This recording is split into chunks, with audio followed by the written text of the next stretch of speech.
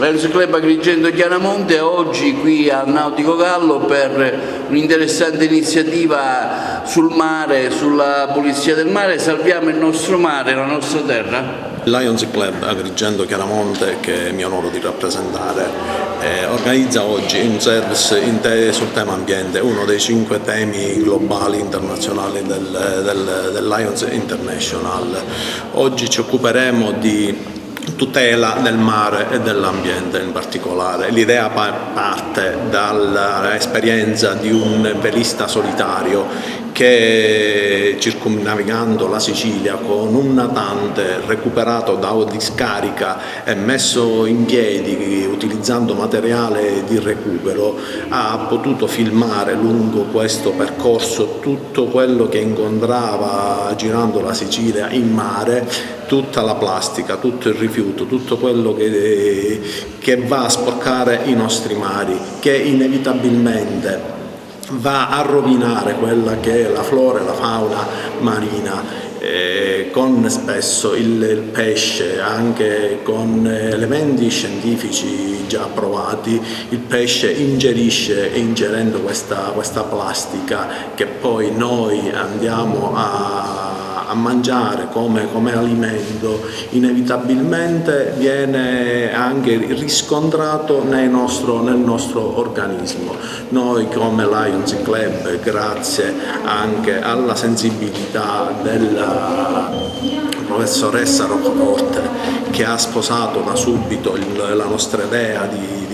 progetto per sensibilizzare i ragazzi, stiamo provando a sensibilizzare i ragazzi proprio su questo tema e avere rispetto del mare e dell'ambiente generale, mare e terra. Daniele Roccaforte, responsabile della sezione distaccata del Nautico Gallo, oggi con un'interessante iniziativa che serve anche un po' a sensibilizzare i giovani per la pulizia del mare.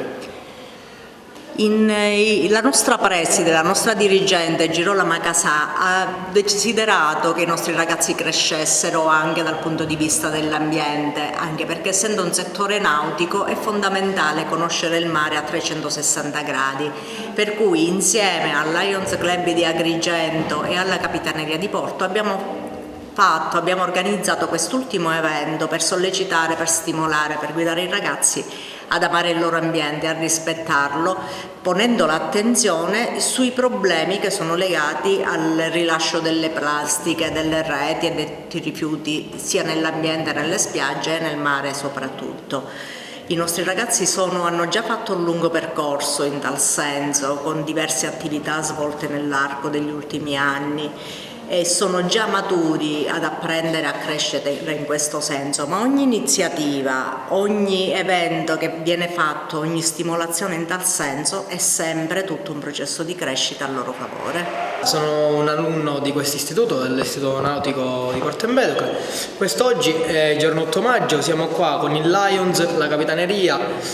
un ammiraglio e un velista agrigentino, un appassionato.